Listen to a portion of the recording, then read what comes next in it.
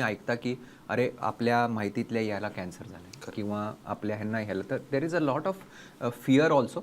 पण at the same time थोडा awareness पण आला पाहिजे सोसायटीमध्ये. म्हणजे बऱ्याच वेळेला कसं असतं की हे मला होणारच नाही किंवा मी काय मला काय हे वाईट सवय नाहीत किंवा हे नाही, हे मला होणारच नाही. पण असं नाही आहे. There are multiple things which are not in your hand. तर त्यामुळे त्याच्यामध्ये की बिईंग अवेअर अँड बिईंग म्हणजे जागरूक राहणे हे जास्त महत्त्वाचं आहे त्याच्यामध्ये.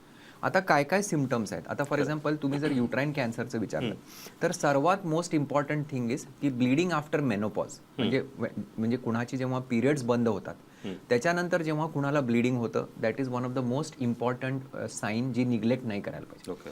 Any bleeding which is after menopause is abnormal आणि नीड्स टू बी इन्व्हेस्टिगेटेड.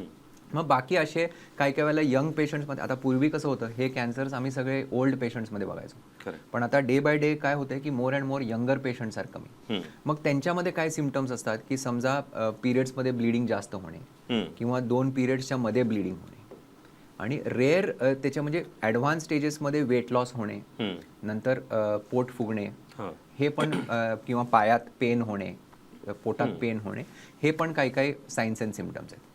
आता जो सर्विक्सचा कॅन्सर आहे त्याचे काय साईन्स आहेत. त्याचे सर्वात मोस्ट इम्पॉर्टंट साईन हेच की ब्लिडिंग आफ्टर सेक्शुअल ॲक्टिव्हिटी. त्याच्यानंतर तुम्हाला जेव्हा ब्लिडिंग होतं that is one of the most earliest signs of cervical cancer. बाकी मग अंगावरनं व्हाईट डिस्चार्ज जास्त जाणे जो परसिस्टंटली होतो. म्हणजे normal all white discharges they may not be cancerous, but if जर तुम्हाला 6 महिने 8 महिने इनस्पाईट ऑफ टेकिंग मेडिकेशन्स जर रिलीफ मिळत नसेल तर यू शुड बी इन्व्हेस्टिगेटेड. आणि जसं मी म्हटलं तसं लेट स्टेजेसमध्ये पेन होणे, वेट लॉस होणे हे सगळे सिम्पटम्स आहेत.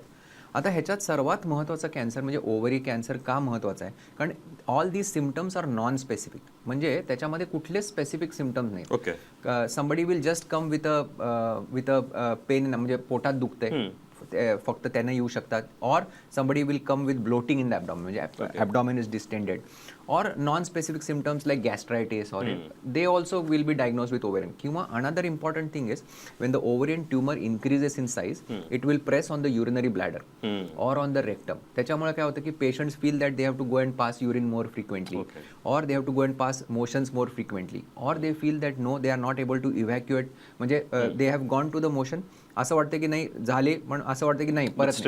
So that is also something which should not be ignored.